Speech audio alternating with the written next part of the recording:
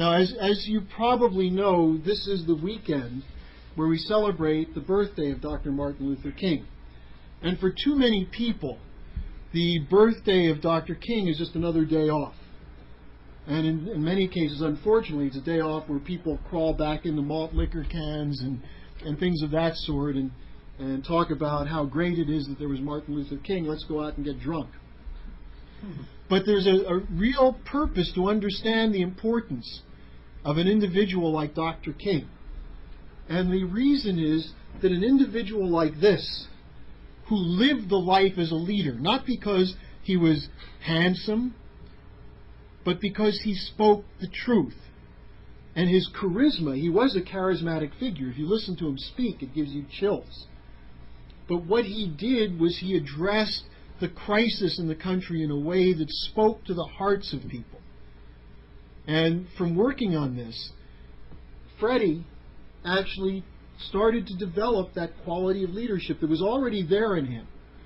But it was through the help, you might say, of Dr. Martin Luther King, who Freddie never met physically. Martin Luther King was assassinated in 1968, many years before Freddie was born. But Martin Luther King now lives in someone like Freddie Coronel. And that's why Freddie was able to play a leading role along with some other people here. The long-lost good friend of ours, Nuestro Amigo Docs, for example.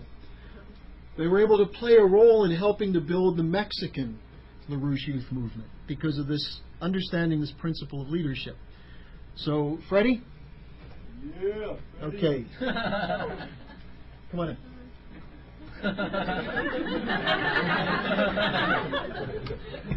Just want to thank Harley for that generous introduction. Thank you, Harley. No, just to take some time to speak on King. I see a couple new faces here tonight, along with some older faces, those in the back.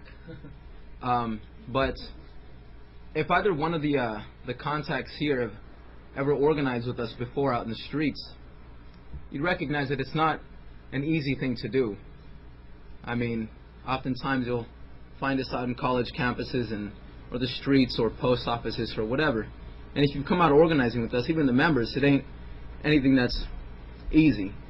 Like, for example, sometimes you may be out there in the streets and talking to a young person, and the idea is to paint the political situation into this individual's mind and try to provoke them. So then you start discussing some of the crises that's happening in the United States, and you start discussing the economic situation, and start discussing that the Bush administration is the means by which fascism will be brought into this country.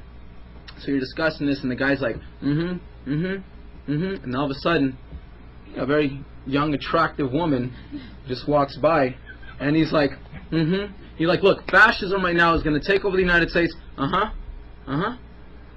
Did I get you? For sure. No, yeah, for sure. I'm listening.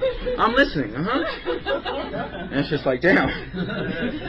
But wait a minute here. So now that's part of the frustration that you get in the organizing, because the future of this nation will be determined by the actions of the individuals in our generation, along with the world. However, if you have an individual whose concentration span goes out the window at the point that you have an attractive woman walk by, well, then you're in a lot of trouble, along with the rest of the world. So this is just part of the problems and the challenges that we confront in the organizing, is how do you create a transformation within the individual? And sometimes people would say, well, you've got to give them the information. They have to know what's going on. Because if they knew what was going on, then they would make a change. Well, if we go back into the period of the 20s and the 30s, up until the mid-60s in the South, the problem was very clear. Segregation, racism. And this wasn't just some idea that was discussed. This was on signs. Like, for example, if you were a child going to school, you would have what they would call the colored school and the white school. And in your school, you didn't have the materials that were up to date as the other schools were. You know, when you sat on a bus, you'd have to go back in the back of the bus instead of sitting in the front. You know, there were signs that said whites only, colored only, colored only. So the problem was clear. The problem was right there. There was no hiding it. And the people recognized this. And it came to a certain point where they were very, very frustrated. But still the proper action didn't take place, even though the problem was there. And they knew about it. Now, oftentimes, one of the things that gets me is what took place in 1955, in the month of December. It was on December 1st, I believe it was, that Rosa Parks, which all of you know because elementary school and high school was one of the most famous events. She happened to be a secretary for the NAACP in the state of Alabama, a former secretary. And you know, one day after work, she goes on the bus and just decides to take a seat in the front, along with two other black women. Now, a white man came onto the bus, and you know, immediately the bus driver was just like, "Well, look, you guys, you have to go in the back now. Get up, get out." And they were like, "Okay." Well, then the two other women, they were very afraid, so they just got up and stood in the back. But Rosa Parks decided, "I'm not going anywhere. I'm going to stay right here in my seat." And that led to the arrest of Rosa Parks. And on December 2nd, she'd gotten in contact with some of her collaborators, people like E.D. Nixon, who was once the president of the chapter of the NAACP in Alabama. And then the word started spreading around, and they decided to hold a meeting that night to discuss to discuss an actual boycott. That was the idea. And King was contacted. One of King's associates, close collaborator of his by the name of Ralph Abernathy, was also contacted. And King had suggested that they meet at his church to plan out the boycott. And so they met Friday evening, and there was representatives of every sector of Montgomery. You had professors, you had school teachers, postal workers, and there were also surprisingly a large number of representatives of the Christian ministry that attended the meeting as well. And there was probably maybe close to the hundreds of people that were there. And so then it was a long meeting that took place, because a lot of them were trying to throw out questions. Well, how long is the protest going to last? How are we going to take action, etc., etc., etc. But the thing that got King was that the idea of not having a protest, that was not a discussion. The idea was that now is the time. And so they decided, well, we're going to print out some leaflets, and we're going to make an announcement that there's going to be a bus boycott on December the 5th, which was that following Monday. So they produced a series of leaflets, and I'm going to read you guys just what it said. It was very short. It said, "Don't ride the bus to work, to town, to school, or any place Monday, December 5th. Another Negro woman has been arrested and put in jail because she refused to give up her bus seat. Don't ride the buses to work, to town, to school, or anywhere on Monday. If you work, take a cab or share a ride or walk. Come to a mass meeting Monday at 7 p.m. at the Whole Street Baptist Church for further instruction." So this was distributed Friday night. This was distributed all day Saturday and Sunday. And a lot of the preachers and the reverends, they made the announcement as well. They had the advertiser, the Montgomery advertiser, that put this leaflet in there. The radio stations were talking about it. So all over in the area, they knew exactly what was going to happen on Monday. And this was also discussed on Sunday. The church members took some extra leaflets to distribute. And you know, King had thought to himself, well, if only 60% of the people participate, then that'll be a success. Because he really wasn't unsure as to what was going to happen. And so he wakes up, Sunday night comes, goes to sleep. Him and his wife wake up, and they're prepared by 5:30 in the morning. Because the buses would just the bus station was probably 5 feet or something like that away from his house. So by 6 in the morning, you already had the buses come in. So the first bus comes, and his wife is completely ecstatic because she's like, "Look, come here, look, you got to look at this." So he comes over and he stares out the window, and it's completely empty. Then 15, 20 minutes later, you got another bus, and they got a couple passengers, but they're white. And then afterwards, at this point, he's just completely ecstatic. So he gets in the car, drives around town, and what he's looking at is a similar situation, but I want to read you guys what King had to say about this. He says that, hold on one second, let me try to find the page. Right, he says this.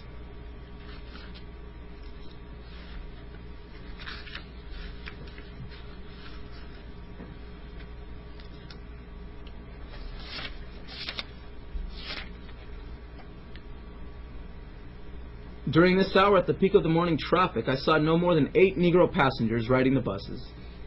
By this time, I was jubilant. Instead of the 60% cooperation we had hoped for, it was becoming apparent that we had reached almost 100%. A miracle had taken place. The once dormant and quiescent Negro community was now fully awake. All day long it continued. At the afternoon peak, the buses were still empty as empty of Negro passengers as they had been in the morning. Students of Alabama State College, who usually kept the South Jackson bus crowded, were cheerfully walking or thumbing rides. Job holders had either found other means of transportation or made their way on foot. While some rode in cabs or private cars, others used less conventional means. Men were seen riding mules to work. And more than one horse-drawn buggy drove the streets of Montgomery that day. During the rush hours, the sidewalks were crowded with laborers and domestic workers, many of them well past middle age, trudging patiently to their jobs and home again, sometimes as much as 12 miles. They knew why they walked, and the knowledge was evident in the way they carried themselves. And as I watched them, I knew that there is nothing more majestic than the determined courage of individuals willing to suffer and sacrifice for their freedom and dignity. Many spectators had gathered at the bus stops to watch what was happening. At first they stood quietly, but as the day progressed, they began to cheer the empty buses and laugh and make jokes. Noisy youngsters could be heard singing out, "No riders today!"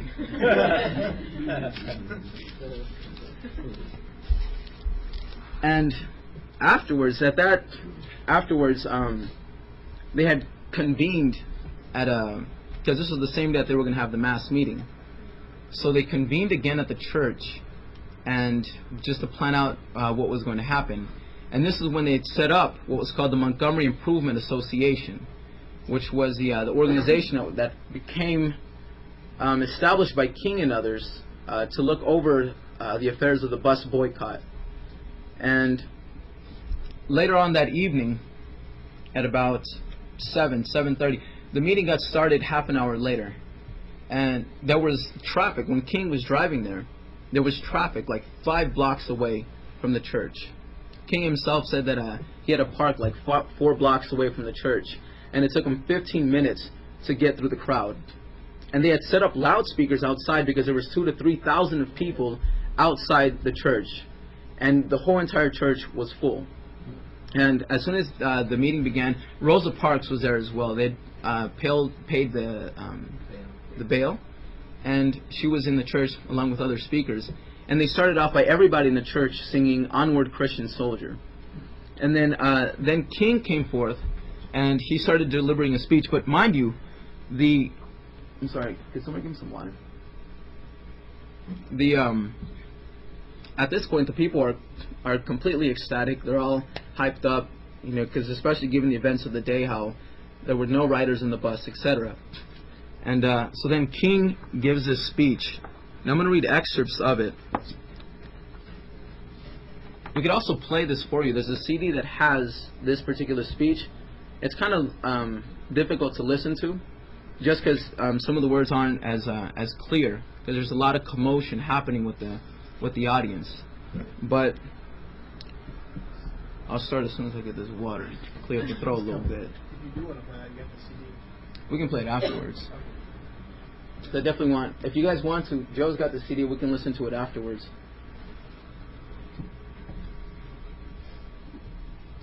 So this is what he says.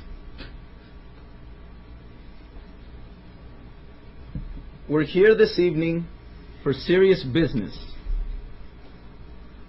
We're here in a general sense because, first and foremost, we are American citizens, and we are determined to acquire our citizenship to the fullness of its meaning. We are here also because of our deep-seated belief that democracy, transformed from thin paper to thick action, is the greatest form of government on earth. But we are here in a specific sense because of the bus situation in Montgomery. We are here because we are determined to get the situation corrected. And after this, he starts going through what happened the previous couple days before this day with Rosa Parks being arrested, etc. But there comes a time when people get tired. We are here this evening to say to those who have mistreated us so long that we are tired. Tired of being segregated and humiliated. Tired of being kicked about by the brutal feet of oppression. We have no alternative but to protest. For many years we have shown amazing patience. We have sometimes given our white brothers the feeling that we like the way we're being treated. But we come here tonight to be saved. To be saved from patience that makes us patient with anything less than freedom and justice. At this, all the people are just, amen. Well, people are just, it's amazing. I want to say that in all of our actions, we must stick together. Unity is a great need of the hour. And if we are united, we can get many of the things that we not only desire, but which we justly deserve. If we are wrong, the Supreme Court of this nation is wrong. If we are wrong, the Constitution of the United States is wrong. If we are wrong, God Almighty is wrong. If we are wrong, Jesus of Nazareth was merely a utopian dreamer who never came down to earth. If we are wrong, justice is a lie.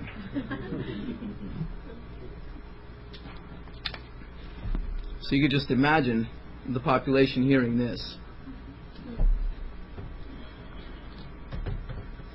And right after that, King had realized that there was still much more that had to be done. The boycott itself, it was a long struggle. It lasted for 1 year. And it came to the point where they had organized, because it came to a point that people were, like for example, when I read here what King said about people walking 12 miles, they had organized a type of a car caravan where people would meet at a certain church in the mornings, and there'd be people there with cars to take people to work, to school, do their groceries, and come back. And there were people giving donations to purchase more cars and keep this type of activity going. But it wasn't easy at all, and it lasted for 1 year. And so finally they desegregated the buses in Montgomery. But what King realized was that this was not enough, that it couldn't end at that. So they pressed on even further. And what King had learned from this experience was the method on creating a change. And this is where he discussed a lot of, the idea was nonviolence. And there were seminars, and there were similar things to cadre schools that we have this time, discussing nonviolence. And, he discusses, at this one point in Chicago, when there was this protest, there was, because it was terrible in this period, like during the late 50s and early 60s in Chicago, it was just horrendous. But apparently there was a group of gangsters, black gangsters, that were aiding the protesters, aiding the marchers. And because of the amount of work that was put in for nonviolence, when they started throwing bricks and things like this at the marchers, these gangsters, they just decided to, a lot of them were flying up, catching the bricks and laying it on the ground, and just kept on marching because they were actually transformed by what King meant with nonviolence. Which, if they were to use any other method than nonviolence in that period, it would not have been successful. Because then the idea of nonviolence was, from one standpoint, you shame that it becomes an eye opener. Like, because the media would write a lot about this, they would show this on television, etc. And it would make an individual reflect as to how low they've gotten and how barbaric they've gotten. But at the same time, the individual practicing nonviolence would begin to get a sense as to what it meant to be a human individual. And at the point that the individual who was once the oppressor changes, well, now the individual who practiced nonviolence would be more the idea of peace would come at a faster rate than as opposed to using violence. Now, this idea of having the population recognizing what it meant to be human was very, very key, because this is what gave them the strength to move forward, and this is what gave them the power to change the situation. Two stories of the civil rights movement that always gets me is, one, during the bus boycott, King, after a service, King had approached one of the church members, who was an elderly woman, and he says to her, look, you walk a lot. If it's all right if you decide to ride on the buses. I mean, we understand. And she says, no. And he's like, are you tired? Yes. My feet is tired, but my soul is rested. And continuing with this type of identity, with this type of personality, it completely transformed not only the elders, but even the young people. Like, for example, in the 60s, there was this one protest. I think it took place in Georgia. I'm not too sure on that. But this policeman approaches the father, and he's looking at him and looks at his daughter. She's probably like 6 years old or 7 years old. So he's talking to him a little bit, and then he kneels down and he asks her, "Why are you marching?" And she looks at him and says, "Freedom." That's what began to transform the South in that period. Now, that's crucial, because in discussing how to create a change in this period, that's one of the things that you want to communicate across another individual. Is, as King said himself, there's nothing more majestic than seeing a people willing to suffer and sacrifice for freedom and justice. And what made King so great was the fact that he was able to take these people who were, in a sense, prepared to fight, but they just needed the direction. He was able to take these individuals and make them better than what they were, along with the individuals who collaborated with King, and thereby establishing in 1965 the Civil Voting Rights Act, which is one of the pinnacles of the fight of the civil rights movement. Now, in this period, that's exactly what we have to do, is get across to these individuals that we're talking to that rather than, putting your identity in something as small as trying to please an attractive woman, or, have like a list as to how many beats you can come up with your mouth or something like that. You want to begin to locate your identity in the same place that King and these individuals who struggled to create change, that's where you want to begin to locate your identity. And that's how you begin to create a transformation in the political situation. That's how you begin to shape the situation and make individuals better. And that's a very important principle of leadership, which is something that Lyndon LaRouche has discussed. He's discussed many times that the key thing to leadership is love. And that's one thing that King was advocating, is this idea of agape. Not some aesthetic love or, just some personal love that you have with another individual, but the type of love where you're more interested in the other individual and what happens to him. King is often given this parable where you have this guy that's stranded on the road of Jericho, which is known as the Bloody Pass at the time. And I guess you had this. I guess the parable goes that you had the priest that came and saw this man who was in aid, and the first thing that they were thinking about, well, shit, if I help this guy, what's going to happen to me? There could be a band of robbers out there ready to come and get me. But what King stresses is the idea that you have to say, well, if I don't stop to help this man, what will happen to him?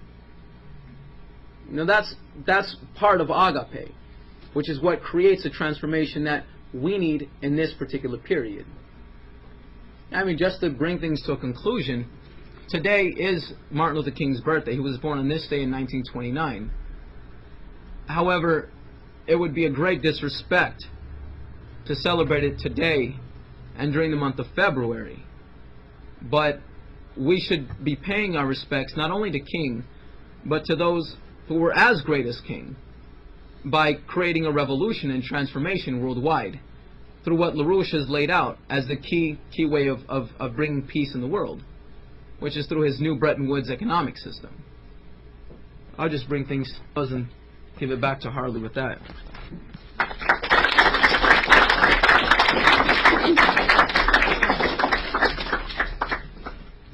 This question that Freddie finished with is what Lynn spoke about just 2 days ago in Berlin. This idea of the care of the other. There's a great example of that, which was the Peace of Westphalia. And Lynn has just written an EIR article on this. What warfare in Germany? Warfare within Christianity, between the so-called Protestants and the so-called Catholic Church. This was the end of a period of almost 140 years, or if you actually go back to 1490, and the expulsion of the Jews and the Muslims from Spain is the beginning of religious warfare. From 1492 to 1648, almost repeated acts of brutality in Europe, supposedly the most advanced part of the world. And finally, in 1648, Cardinal Jules Mazarin came forward and brought people together around this principle of love of the other. That not just love of the other is an abstraction, but that each nation, in order to realize the best for itself, must act in the interests of its neighbor first. That is, that you define what's right for your people by instilling in them a sense that your country will be better if you act for the good of people and your neighbor before you concern yourself with your country. And this is exactly what Freddie was talking about of what Martin Luther King said. This principle of agape, the principle that you discover what's wrong in a society, what's wrong in a culture, but that the way you address it is not with hatred or anger. Think about this question of nonviolence, and this is something worth looking at, because I've just spent the last 3 months studying so-called Christian fundamentalism, digging deep into it. And it freaks you out if you look at it.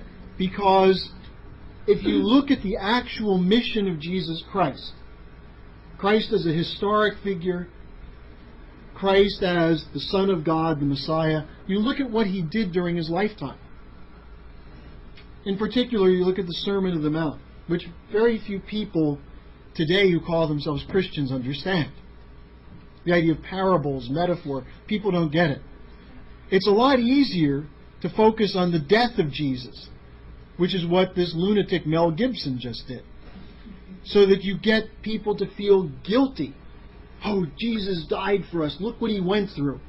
You have a movie, 2.5 hours of a guy getting the crap kicked out of him, dying a painful death, and you feel guilty. Oh, he died for me.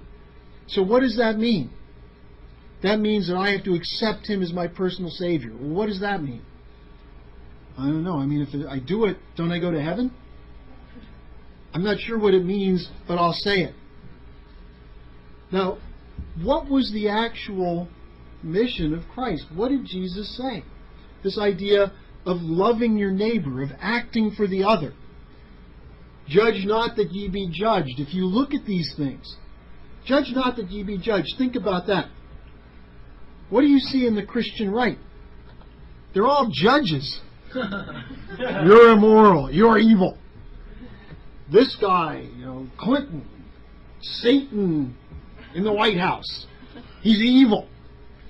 Look at Monica Lewinsky. How can you have a president like that? And then here's George Bush, whose lies are leading to almost 1,300 American deaths, tens of thousands of Iraqis, and he's a great Christian hero. They've turned Jesus from the mission of his lifetime, where he preached nonviolence. What was going on in near civil wars, revolts, wars? You had the most brutal empire at the time, the Roman Empire, killing people, crucifying, persecuting the Jews. You had a section of the Jewish community that was working hand in hand with the Romans, partly trying to keep things under control so not too many Jews would be killed. Some of them were corrupt and were getting paid. You had other factions of the Jewish community, the Zealots, who were saying we have to have an uprising. Now, the point Freddie made is an important one, because you might get angry at injustice. You might want to go out and slug somebody. Sometimes you listen to Bush and you wish you could punch the television. Maybe some of you have. You can't get near the guy. They have these events now with Bush and Cheney that, basically you have to accept Bush as your personal savior to get in. But what is it that this violence does? Suppose you try to fight tyranny with violence. What happens? First of all, you're not going to win. You can't defeat the Roman Empire. The Jews could not have defeated, or the early Christians could not have defeated the Roman Empire by arms. The Civil Rights Movement. Look, despite the fact that you had large numbers of people who were African Americans in Georgia and Mississippi and Alabama, the police, all the people who had arms were white. And they were willing to kill. And if they didn't do it officially, they did it unofficially. It's called lynchings. The Ku Klux Klan existed in the South in that period. They did kill. They did blow people up. They assassinated Medgar Evers in Mississippi. Reverend Bevel, who was King's direct action coordinator, tells a story. One time he was in Mississippi with Reverend Boone. And these are guys, as part of their organizing, they wore overalls. And so they were always known as, you could see them, because they'd go to church in their overalls. And everyone else would be in their Sunday go-to-meeting clothes. So they stood out. They were at a small church in Mississippi one night. And it was getting dark outside, and they were praying and singing and talking and discussing, what are we going to do about the situation in our town? And all of a sudden it got light in the church, and they realized there was something burning out in front of the church, and there was a gigantic cross burning. And there were a bunch of people on horses wearing these stupid white robes and their white pointy hats to cover their white pointy heads. And they had guns. And Bevel turned to Boone and he said, what are we going to do? And they looked at each other, and they looked to the people in the church who were very frightened. And one of the people in the church said, we got some shotguns back behind the altar. And Bevel said his first response was, maybe we should shoot it out. But he'd been through the training camps, the cadre schools of the time. And he turned to Boone and he said, let's get everyone together, let's link arms, and walk out there and sing. And that's what they did. And he said, they got out there, and he said, my knees were knocking. I was nervous as I could be, but I sang out beautifully. And the whole congregation followed him. And he said the guys on the horses took one look at him, and they turned around and rode off. He said they must have been thinking, man, look at those crazy folk. We don't want to mess with them. Now, they didn't come out to fight. They came out to sing. They came out to show that they were different. Now, it happened that the Civil Rights Movement was covered on television, and people all over the country saw these guys with the white pointy hoods pounding on people, beating them up. And the civil rights workers, when the bomb went off in Birmingham, killing 4 young girls in a church, and people said, let's go shoot some people. King said, no, we're not going to degrade ourselves by acting like them. Now that was an imitation of what Jesus Christ did. He said, you're not going to defeat the Romans by arms, but you're going to defeat them by being human beings. And look at the persecution that the Jews and then the Christians faced in the Roman Empire. But the Roman Empire didn't survive. Christianity did. And then what was the effort to suppress Christianity? They couldn't destroy it from the outside, so they tried to destroy it from within. So you get these Christian fundamentalists today. They say they love Jesus, but they want to kill other people. They want to kill Muslims.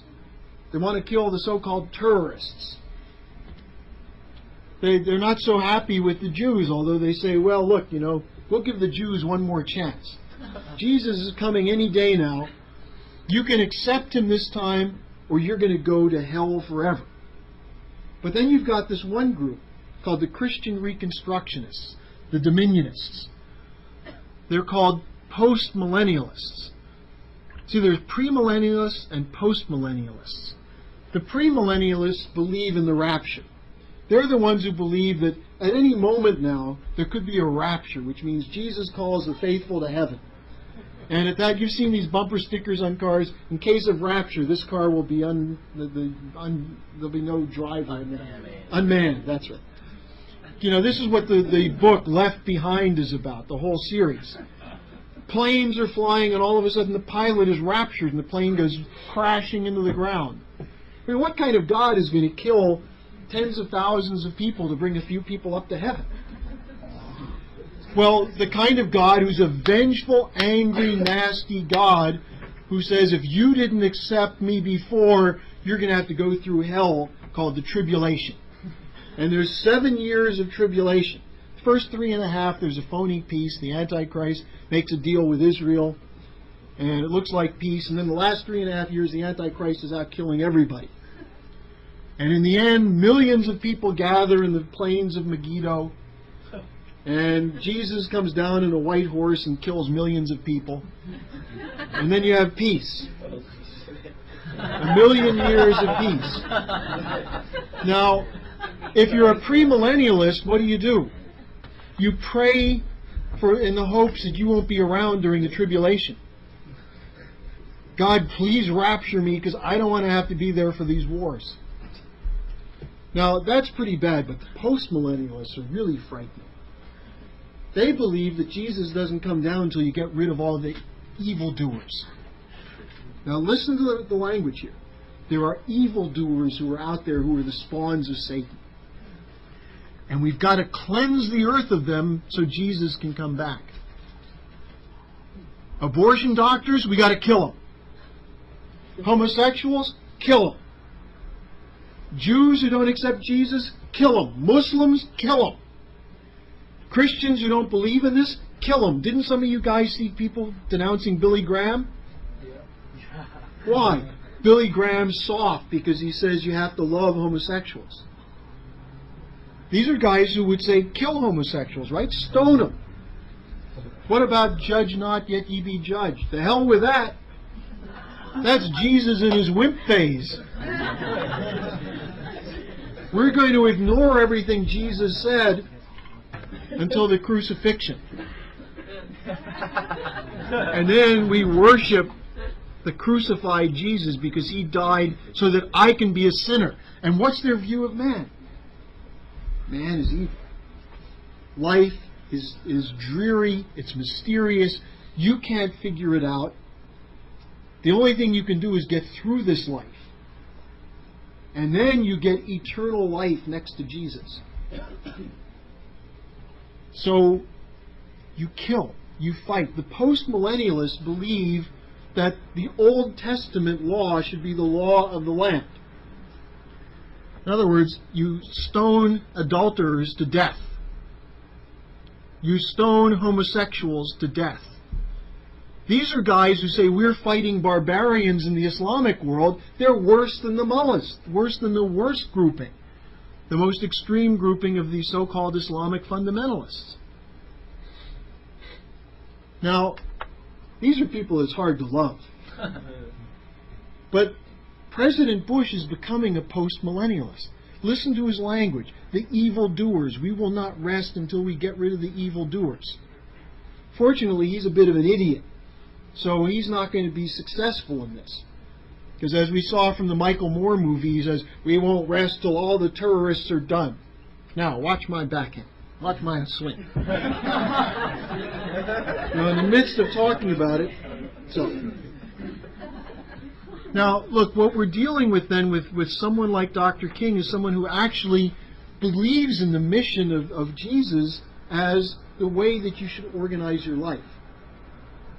And he took people who were angry, who were truly oppressed, who were the victims of hundreds of years of barbaric treatment, who had been tortured, who had been killed. In some of these towns, if an African American looked at a white woman, they could be lynched. These are not stories that are made up. These are true stories. Reverend Wade Watts used to tell us what it was like living in Oklahoma in the 1940s and 50s. In McAlester, Oklahoma, there was a lynching not too far from McAlester in 1959. A young African American male who was accused of wanting to date a white woman. Was there evidence? No, but he was lynched. So people who were angry, and what did Dr. King tell them? You defeat the tyranny with love. You show them you will not be brought down to their level. You act for their benefit. If they're stupid and ignorant and violent, you can't fight them with stupidity and ignorance and violence. And that's why Dr. King was murdered. And he knew that he was going to be murdered. He knew the FBI was tracking him. And yet he persisted. And he said, this is not just a fight for black men and women in America. It's a fight for everyone. Everyone in America. Everyone around the world. An injustice anywhere is an injustice everywhere. An injustice to any person in the world is an injustice to you.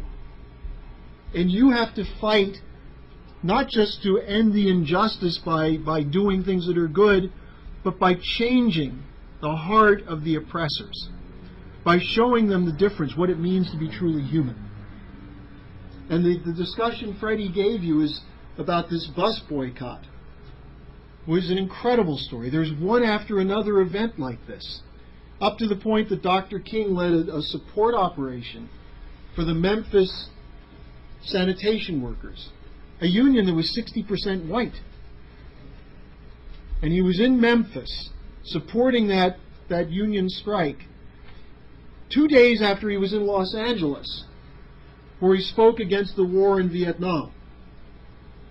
And some of you know our friend Mervyn Dimely. Dimely was the person who drove Dr. King to the airport when he got on the plane in Los Angeles to fly to Memphis. Mervyn was one of the last people in Los Angeles who saw Martin Luther King. And he said Martin Luther King was focused on the war, the fight for the sanitation, the dignity of sanitation men. And I guess 2 nights after that, Martin Luther King gave his famous speech, "I've been to the mountaintop, I've seen the promised land," where he essentially knew, he said, I may not get there with you, I may die, but I'm committed to this fight. And that's the principle of leadership that Lyndon LaRouche talks about when he talks about the sublime.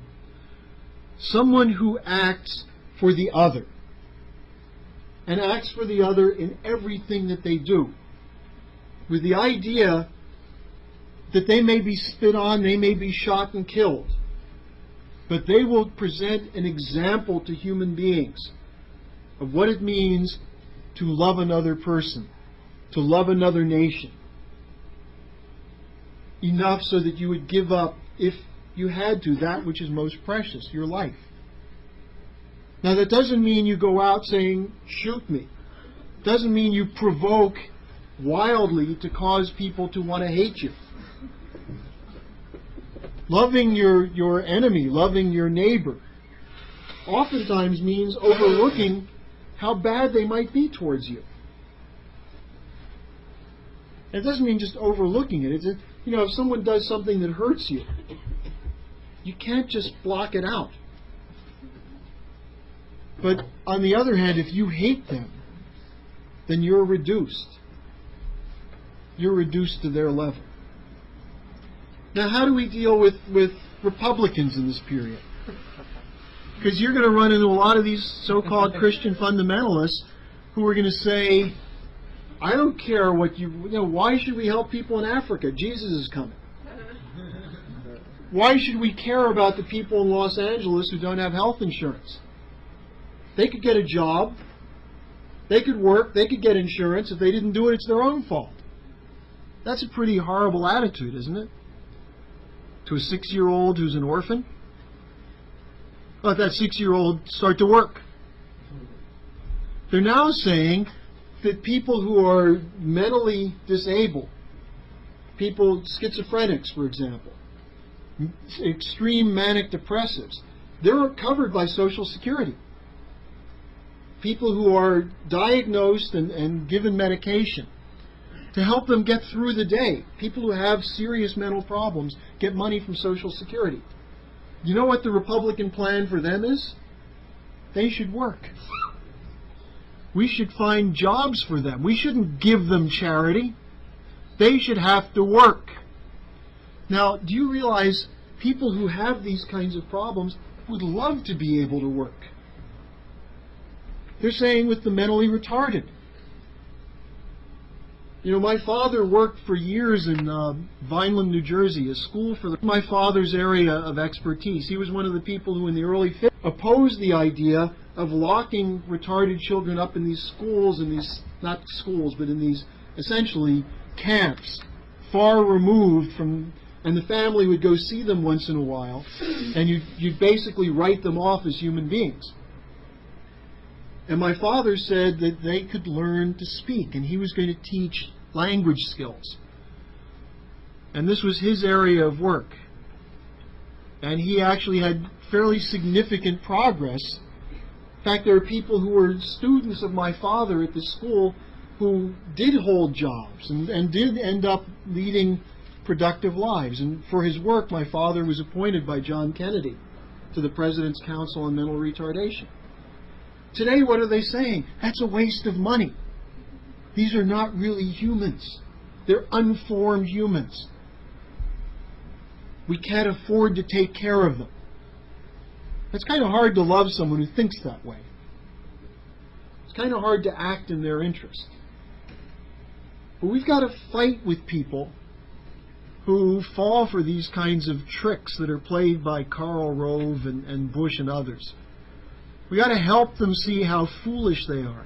If they call themselves Christians, how far removed they are from the actual doctrine and teachings of Jesus. And Dr. King gives us an example because he wrote a lot, he spoke a lot. As Freddie said, there are discs with his speeches on them. There are many books of his speeches.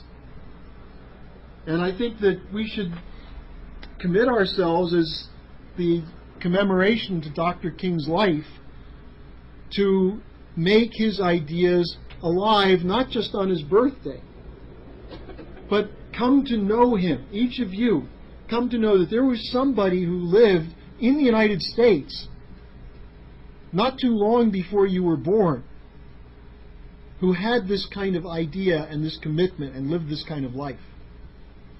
So that in that sense, Dr. King lives within you, and when you come into problems, when you get angry, when you want to smack somebody, or when you just want to walk away and say, the hell with this, the hell with the world, I can't take it anymore. In the back of your mind, you hear a speech from Dr. King,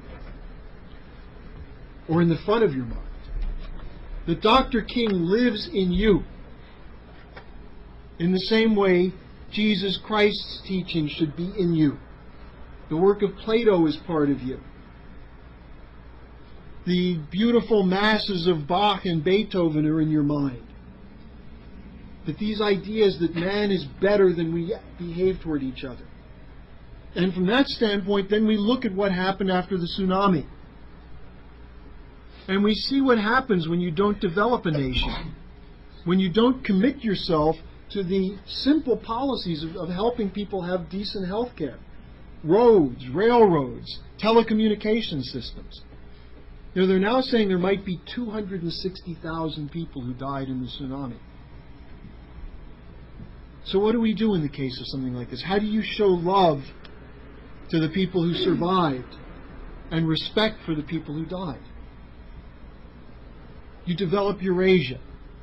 You come forward and fight for an economic policy that makes concrete that principle of living for the other. So that, as Helga said, we can wipe out poverty in the world. Poverty is an anti-human policy. Nobody has to be poor. Nobody has to starve to death in this world. No child has to die from preventable childhood diseases. No one has to eat destroyed cattle, like the BSE, the mad cows they're trying to ship into this country to protect the cattle cartels, the food cartels. No one who's an elderly person should not have access to a flu shot. These are simple, basic human rights. And to realize them, we have to become leaders. We have to go out and organize and change people in this country. Now, we're making a lot of progress on this. You know, many of the people in this room are making a great deal of progress in your organizing. Sometimes you don't know it. Sometimes you're out there, you're saying, what the hell am I doing out here today? You know, some of my friends aren't here. Some people ducked out on the deployment today.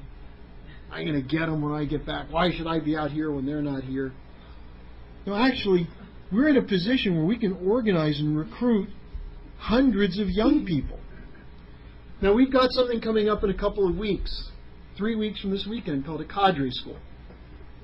A cadre it's a French term, French word, and it essentially is a leader, someone who is a leader of a movement, or based on a higher understanding, provides leadership. So a cadre school is a leadership training school. Now, what do we do at a leadership training school? Do we learn to march? Do we learn to shoot? Do we learn to ride a white horse? No, we learn to sing. We learn history. We learn about the motions of the planets and the stars. We look at the great ideas and the great discoveries made in human history and develop from them a sense of a potential in ourselves to relive those discoveries. In the same way we're talking about reliving the mission of someone like Martin Luther King. And so you come out of a conference, a weekend like that, where you've developed in yourself capacities that may have been lying there dormant for years, especially if you've been in college for a number of years. You actually learn something about the world, and you learn about human beings. You learn how to think. You have a lot of dialogues, a lot of fights, a lot of discussions. And we have to use the period between now and the next cadre school to recruit a bunch of people to it. Because as Frankie was talking about earlier, as we were talking about earlier, we've got a great opportunity to defeat the agenda of President Bush, the Wall Street fascist agenda of President Bush. But it's going to take leadership. It's going to take more leadership, more young people. And that's what we've got to do. Find them and recruit them. We have not depleted the numbers of good young people in the greater Los Angeles area. They're all over the place. Most of them just don't know it yet. Most of them don't have a mission in life. Some of them think, well, my mission in life is I'm going to become a lawyer, get really rich, and then maybe I won't have to suffer from things that poor people have. Or they think, I'll get a job, I'll get 10 jobs. As soon as I get 10 jobs, I can pay off my college tuition debt. No, we got to give people a mission that's more noble. We got to show them that this principle of loving other people is actually the only way that you can develop the full potential of yourself. And so I think should be the message for us as we come upon the commemoration of the birthday of Dr. Martin Luther King. So I'd like to thank Freddie for what he did, because I think it gave you a real sense of Freddie's appreciation and love for the work of Dr. King. So why don't we open the floor for some questions and see what you want to ask. Yeah. with the bus boycott, there was, I mean, it seems like because of the effectiveness of something like that, it's now sort of commonplace. Anything can get, like there's gonna be a boycott of Taco Bell. There's gonna be this or that, Boycott of McDonald's. Yeah, Taco Bell, McDonald's, anything, and it how do you know when to pick one, and how long do you stick with it? LaRouche put this ban on Walmart. What goes into? I don't want to check, but how do you actually pick a flank like that and get it to work? Because it seems as though you say anything about a boycott these days, and it's just one of a thousand things you could boycott on any day. Let's take you think about a boycott as one form of flanking activity. Now, why did it work in Alabama at the time? I mean, essentially, it was an expression in one action that captured all the problems that existed. The lack of respect, the second-class citizenship, the way people were treated as second-class citizens. The fact that it affected everybody. Every African American who had to ride the bus was affected by this. And if you didn't ride the bus, you were affected because your mother or your grandmother or your sister or your children were affected by it. So it had a universal implication. Now, think about what flanking activity that we're engaged in right now has that kind of universal implication. Social Security. Why do we pick Social Security as a flanking action? Well, first of all, it epitomizes the desperation of the regime in power. In the same way that what is causing people to sit on the back of the bus do? It just reinforces for them that they're not considered human. It reinforces for them that the power of the establishment can say and do whatever it wants. I mean, why not let them sit up front? What's the big deal? It's a symbolic action. We can do to you whatever we want. Now, what's the Social Security thing? It's even more extreme. They're basically, their view is we're going to lose everything if we can't get this money. Therefore, we're going to take it. Now, the problem is because we have a constitution and because we have laws, we've got to convince people they've got to give it up. And we're going to give them something better. So that's what the enemy's doing. Now, meanwhile, what do? We know that Social Security affects everyone. There's not a person in this room who doesn't have a family member who will be their life will be drastically harmed if this bill goes through. I don't care if you're 20 years old today. Someone in your family, a parent, a grandparent, a great uncle, will be affected dramatically if this Bush policy goes through in a way that will harm them, possibly kill them. Same thing with the Schwarzenegger budget. So you take something that has an effect on everyone, that reflects that epitomizes the injustice of the policy, and then you show them what's the remedy. Now here, what's the remedy? You first of all find out about it, you get educated so you're not manipulated by the lies, and then you go out and make your voice known. You call your congressman, you march on your congressman, you get out tens of thousands of these pamphlets in your neighborhood, so if you have a stupid Republican congressman and he comes in and starts to tell you Social Security is going to collapse so we have to fix it, he has a town meeting where people say, you're lying. That's lie number 2. Right here in the book. That's lie number 5. You going to go through all 12 lies, Congressman? We're on to you. We're not going to let you kill our grandmother. So you pick a flank. Now, the idea on the Walmart thing was more a pedagogical exercise than something that could be done. Why do people shop at Walmart? Because they can't afford to buy decent products anymore. So they buy, the average person, if it wasn't for Walmart, their kids might starve and they might have to go around naked. Because at Walmart you can get 2 shirts for $6 that are produced by someone who's making 8 cents an hour. Now there's an injustice there. But, if people don't have Walmarts, they'll have some other company that has non-union labor that will drive the prices down. So the way you solve the Walmart thing, you use it as a pedagogical example, but you fight against free trade.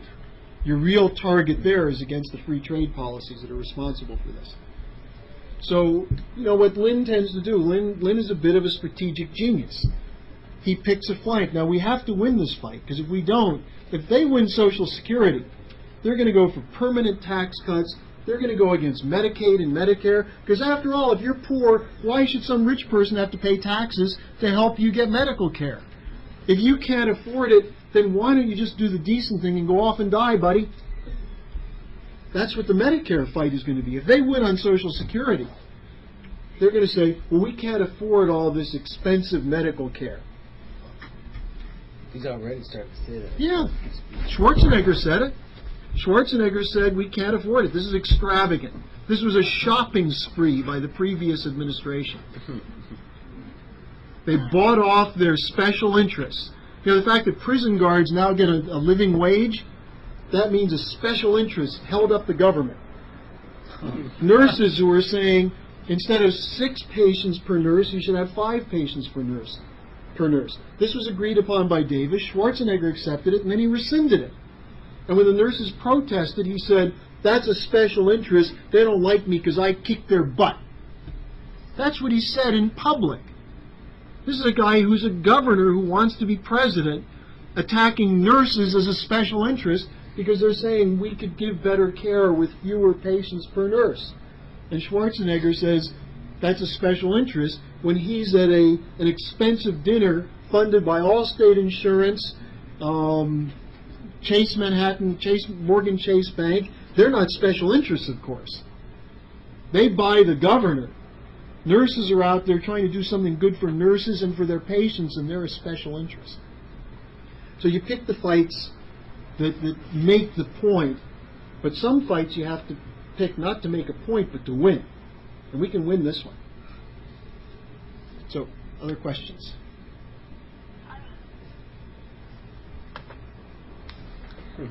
Just checking to see if that was a question. Is that Jack? Yeah. All right, go ahead. Yeah. I was just wondering what was Lynn doing during the civil rights movement, and if he wasn't a part of it, why not?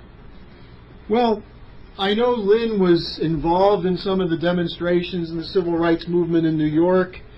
At the time, he was, you know, in the early '60s, he was still working as a consultant, but he started his activity in particular around the fight against the slumlords in New York City.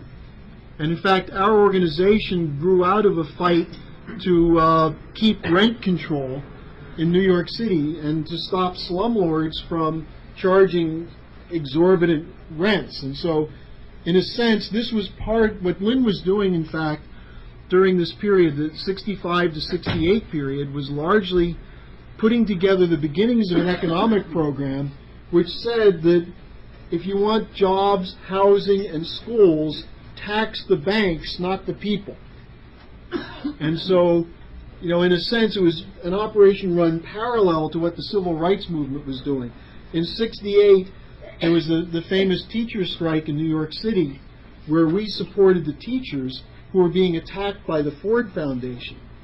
And the teachers were supported by the NAACP and most of the civil rights movement, because a lot of these teachers were African Americans who were working in poor schools. And they were being accused of getting too much money, so not enough money was going to the classrooms. And in fact, they were cutting back the money overall. I don't know specifically. Someone could ask Lynn. I can tell you one thing I did in 1963. It wasn't Martin Luther King, but it was James Bevel who came to Columbus, Ohio.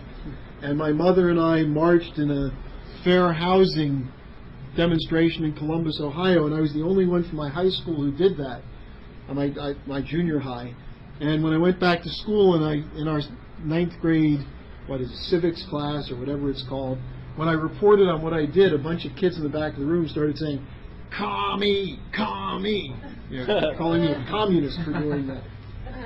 So. Also, Quincy asked Lynn that once, and I think there's a recording of that or something. Oh. one time Quincy asked that same question to Lynn. So there's Well, so, a hey, recording of Quincy, the what did answer. Lynn say to you? He said that, Just come on in so people can hear you. he said, he was starting to say something. He said he didn't have political connections. And I cut him off. I said, well, what about your ideas? Because the discovery is a 48 to 53. Yeah. Like, so you already had what you needed for them. And then he kind of cut me off. And he said that Martin Luther King was a genius. And that he was a person that he understood the responsibility that was before him. And he went from a preacher to being a historical figure, and then he accepted that responsibility. Mm-hmm. And he kind of wanted me to sit with that. But that's he really This said. is when Lynn was developing some of his economic ideas. That, you know, in a sense, I think it's fair to say that the work that he did to develop those economic ideas represented a continuation and, in fact, a concretization of what King was fighting for. But also, he kind of made the point that, well, I learned from King's intervention. Yeah. So that was a big part of it. Yeah. Part of how I would ultimately intervene came from seeing how King intervened. Yeah, Charlie. When did the civil rights movement start? Well, did you ever see Amelia's book, Bridge Over Jordan? Actually, Laney will tell you, and others will tell you, that it started with people like Harriet Tubman. It started with people in the immediate Frederick Douglass.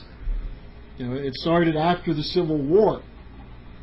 But the modern civil rights movement was the drive for the vote that Amelia was involved in the 20s and the 30s. And, you know, the actual impetus for change came about after World War II, because you had, you know, the African American population was an integral part of winning the war. The army was not really integrated, so there were special black units. The Tuskegee Airmen, for example, are a good indication of this. People who wanted to serve the nation and actually did serve honorably. But also a large number of African Americans who couldn't or wouldn't get accepted in the army ended up working in the factories. And so after the war, the question was, if people can die for the nation, why can't they drink from the same fountain?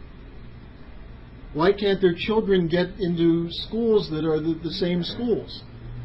And so it was in the mid to late 40s after World War II that you started having resolutions coming up. For example, the Democratic Party had a split in 1948 over a civil rights plank, and Strom Thurmond, who at the time was a Democrat, split out of the party and ran for president as a Dixiecrat, and then later became a Republican. So this was a big fight in the 48 presidential campaign, but it really picked up momentum with the 1954 Brown versus Board of Education ruling, which said that separate but equal is not equal. That the schools in the South that are black only don't have the same funding, the same accreditation, the same quality, the same equipment, the same school books, and therefore it's illegal. And so you had, between 54 and 57, a series of test cases, the most important of which was 57 in Little Rock, Arkansas, where Governor Orville Faubus said he's not going to let the black kids go to Central High School in Little Rock. And so President Eisenhower sent the National Guard in to escort the, I think, 9 or 11 children. Nine children to go into the school. And, you know, when we were in this last campaign, when Lynn came to Little Rock, he addressed the Ministerial Alliance. And the church was right across the street from Central High School, which was the scene of one of the most important battles of the civil rights movement. You know, this was not long after the bus boycott. And so Lynn went and got to visit the museum there and see the school. And it's you're in the midst of history when you go there. Because like when I read this book by Paul Robeson, Here I Stand, and Just speak up a little, Jack. I read a book by Paul Robeson, Here I Stand. It was printed in 1955, and so he was actually talking about the same thing you're talking about there. Is that this principle of like just these little kids that decided they were going to go to the segregated school, and that was something that the entire world got to see. Yeah. And so even at these like really young ages, these young kids decided that they were going to do something to change this. And he was like, and it was, I don't know, it just seemed like he wrote it in 1955, and he was writing a lot of like how King could actually do, and or any leader could actually do what could have been done as far as the civil rights movement. Well, think about this. Television around the world saw that the governor was trying to keep them out, and they saw the president sit and enforce the law. And the same thing happened a few years later at the University of Alabama, where George Corley-Wallace stood in front of the University of Alabama and said he would not allow colored students to come into the University of Alabama. And Nicholas Katzenbach, the Attorney General of the United States, came marching, or he was, I guess, Deputy Attorney General, he came marching in with federal troops surrounding the students. And Wallace said, I will not let them pass. And they basically said, get out of the way, Governor, and got the students in. The funny thing about Wallace, the actual funny thing about Wallace is that later on there were court cases, and he was actually shot and confined to a wheelchair for some time. What you actually see with him, with this idea of, you think you have an enemy who's a horrible person, he stood just not only at the university, but other places, nullification and so on and so forth. And what you see later in he was elected again and again and again after the 1965 Voting Rights Act, but he did it carrying the black vote, actually. And he didn't do it carrying the black vote saying that he didn't like black people anymore. There was actually a change that came about through him, through the process. And if you do a parallel look at the lives of him and Martin Luther King, you begin to see what the effect of the method that Martin Luther King actually used was, because Wallace actually changed. And he was last elected as governor of the state of Alabama. I think it was either the late 70s or early 80s. And he died in office, if I'm not mistaken. He died after. He died afterwards. And it was the early late 70s. But what you actually see was he carried the black vote in order to get in there. That was the only way he could get in. And it wasn't because they had vengeance against him, but they actually saw that this man had actually changed as a part of the civil rights movement process. Where before he was... So the country was changed. Yeah. The country was changed. Segregation. But you want to know one thing interesting? This is something that people don't know too much. I'll probably stop with this, but you take Los Angeles. Los Angeles was a southern city. Los Angeles had segregated hotels. You know what changed Los Angeles? The Brooklyn Dodgers coming to Los Angeles. Because Branch Rickey said that he would not move the Dodgers here if black athletes couldn't stay at the same hotels as the white baseball players.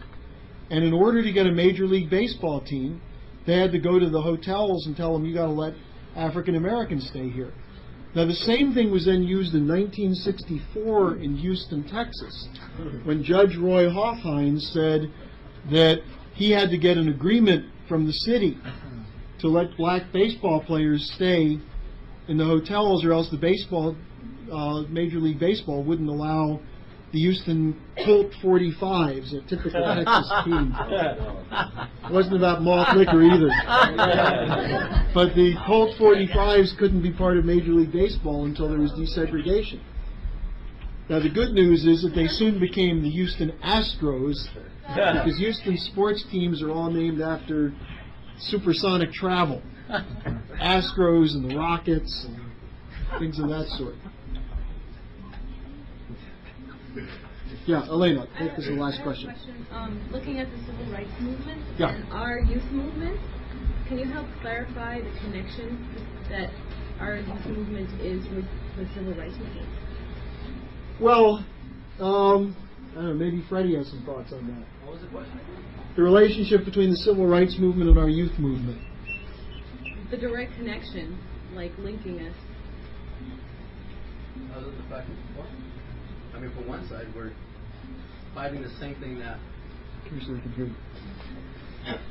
you. One thing, we're fighting the same thing. We're fighting for the same thing that King was fighting for. That hasn't changed. That hasn't changed throughout the history of mankind. We're doing more than they were doing. For example, in that we're organizing out in the streets, and when we have meetings on the history of Greece, going through the discoveries of Archytas, Gauss. So in a sense, LaRouche has been able to take things further, because the way that we're going to transform the situation, they are through these principles, which is something that King knew very well, but something that wasn't necessarily, like the principles of science, wasn't something that was instilled within everybody in the movement. But this is what we're operating from. So we're fighting for the same thing, but we're fighting with more artillery. I would put it even stronger than that. What Freddie's saying is right, but what is it that Martin Luther King was not able to do? Which was to develop a generation of leaders to follow him. And the civil rights movement, by the act of shooting King, scared a number of the potential leaders, and others like Jesse Jackson basically tried to take the mantle of King and turn it into a fundraising operation. And what Lynn is committed to with our movement is to, by mastering this principle of leadership and what it means to be a leader as a universal figure, a sublime figure, is to, and with the curriculum around Gauss, the curriculum around the Jesu meine Freude, the study of history, the mastery of Kepler, and so on. What we're doing is preparing a whole generation of leaders so that ultimately it's not dependent on one person. You know, one of the attacks that you sometimes hear is, oh, it's all LaRouche, all we ever hear about is LaRouche. Well, LaRouche is the person who developed the movement and whose ideas and discoveries are unique. But Lynn doesn't just walk around saying, I'm LaRouche, it's my movement. What he does is he says, you guys, I hope to be around 10 more years, and I'm going to do everything I can in that period so that you can stand on my shoulders, so that this fight for universal freedom and for real development, an end to poverty, and all these things doesn't end with the death of one person. In fact, I'll be so bold as to say that the creation of the LaRouche Youth Movement has added years to Lynn's life in the following way. First of all, he was sort of getting tired of trying to deal with us boomers.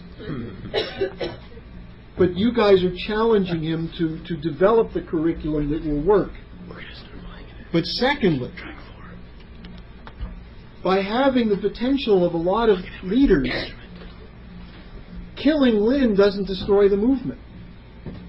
They knew if they killed King, that would be the end of the movement. The fact that there are young people who are committing their sense of identity and their future to mastering these ideas, it doesn't mean that you could replace Lynn today. That's not the point. But Lynn now knows that things are not going to end with his death. And it gives him that kind of excitement and happiness that makes him even more effective. So, why don't I leave it at that? We have this CD if you want to hear the presentation of King. So, anyway, just before you play that, those of you who are not already committed to the cadre school, talk to people before you leave tonight to sign up for it. Come to the Mange Brigades tomorrow. Throw yourself into this. We've got to win this fight. It's a fight we can and will win. Okay.